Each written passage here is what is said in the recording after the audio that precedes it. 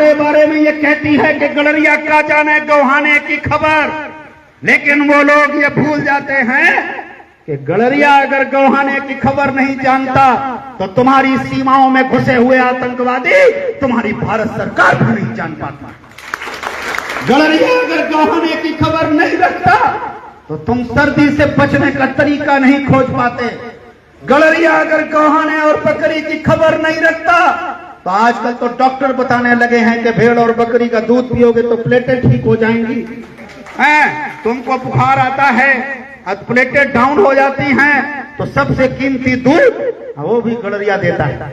और अगर आपको अहंकार नहीं होता है तो आज से अहंकार करना शुरू कर दो कि हम गलरिया हैं, हम चरवाहा हैं, हम भेड़ चराने वाले हैं, हम गाय बकरी चराने वाले हैं।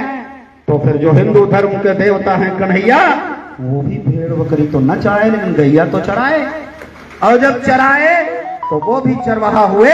और मैं उस देवता, उस अपने भगवान चरवाहे का वंशज हूं।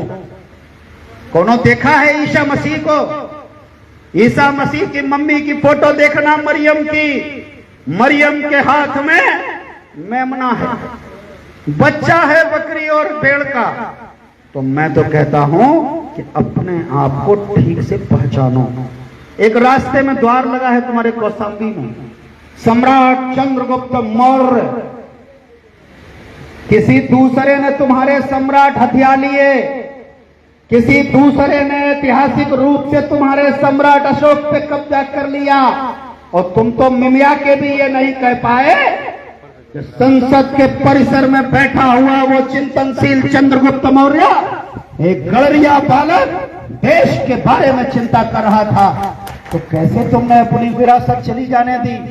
कहां तुम खोए रहे थे कि तुम्हारे अंदर से यह गुरूर नहीं जागा कि उसी चंद्रगुप्त मौर्य का वंशज सम्राट अशोक, उसी सम्राट अशोक की लाट तुम्हारे नोट में भी है और भारत सरकार के बिल्ले में भी है और उसके हर पैड पे भी है।